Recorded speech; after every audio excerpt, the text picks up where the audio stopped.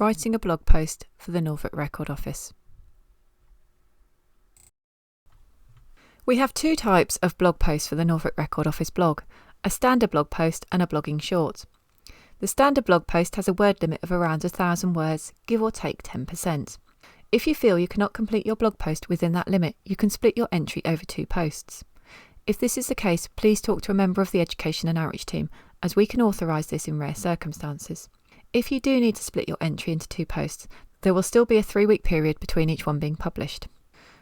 We love to have lots of different content within our standard blog posts. So for example, you might want to look at a specific topic, a story behind one document or person, or even how you went about your research. However, each standard blog post needs to include a title, at least one image, and reference to at least one Norfolk Record Office document.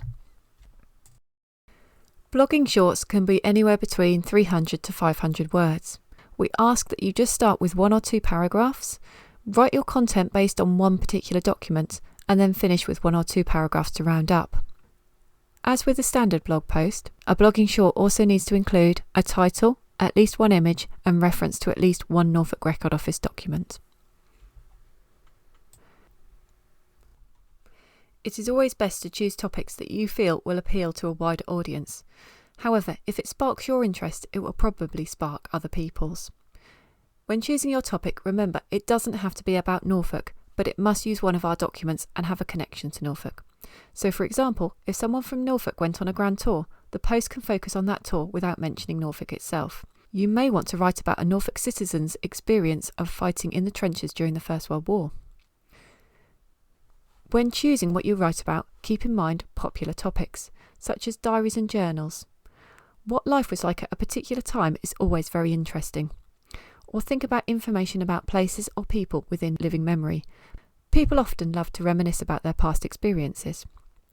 If you are still struggling for a topic, you could fit to a theme or a date. For example, thinking about a blog post connected to Easter or Refugee Week. Sometimes it's worth letting the documents guide you, so having a little look at the various different documents that are around and then taking something that interests you from there. And finally, don't be afraid to change your topic. If you start off by researching a particular topic but then find the documents lead you in another way, don't be afraid to go with it. Putting your blog post into context. You may need to set the scene first or let your reader know about the background to a particular event or topic. In order to do this, you can use the reference books in the Norfolk Record Office search room. Use websites if you like. You may want to Google a word if you are unsure what it means. Use newspapers at the Norfolk Heritage Centre. You can also ask Norfolk Record Office staff to point you to additional documents. You can split writing a blog post into 6 easy steps. Step 1. Start with a working title. You can change this at the end, so don't worry too much about it. Step 2. Write an introduction. This is the bit that you need to make captivating. It'll be the one thing that makes people decide to click the read more button, so you need to get people hooked straight away. Step 3. Organise your content. Make sure you use subheadings to split your paragraphs up. Step 4. Write.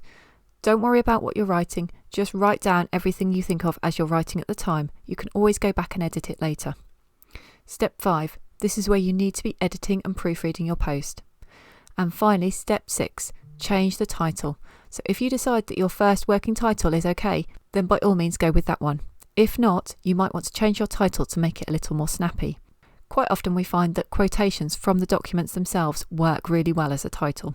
However, if you use a quotation as your title, you may want to use a subtitle just to make sure it's clear to people what your blog post will be about.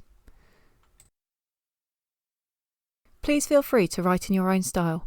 We want our readers to know that our blog has been written by many different people. However, we do ask that you're consistent throughout the post. So for example, if you're writing about the First World War, always write World War I or always write First World War. Don't swap between the two. Also, if you're writing the date, always write it in the same way. So for example, Monday the 18th of January or Mon 18th Jan. It's worth noting that intriguing titles can draw readers in, as we mentioned before, but using a subtitle to make the content clear may be helpful. Put any quotes that you use from the document in italics so that it's really obvious to the reader that these are quotes. Also, add subheadings throughout the post to help readers to navigate through the text. Keep these points in mind while you're writing, but but don't hesitate to ask us if you have any questions. Follow our tips to try and help you with your writing. If a subject is large, just choose one element from it. For example, if you're looking at a business, choose a time frame or a product from it, rather than trying to write the whole history of the company. If you're looking at an individual, write about a specific period or aspect of their lives. If you're writing about a war, for example, choose just one battle. Also, check the copyright of any material that you wish to use. If it's under copyright, please don't use it. Let us know if you use an external website in your research, including the full address. We may need to attribute the information to that website, or we may need to ask them for permission to use it. Thoroughly proofread your work before you finish. Check any spellings and any names in particular. Also, finally, you need to include how you would like to be acknowledged. Everybody will be acknowledged as an NRO research blogger, but you also need to decide whether you would like us to include your name as well.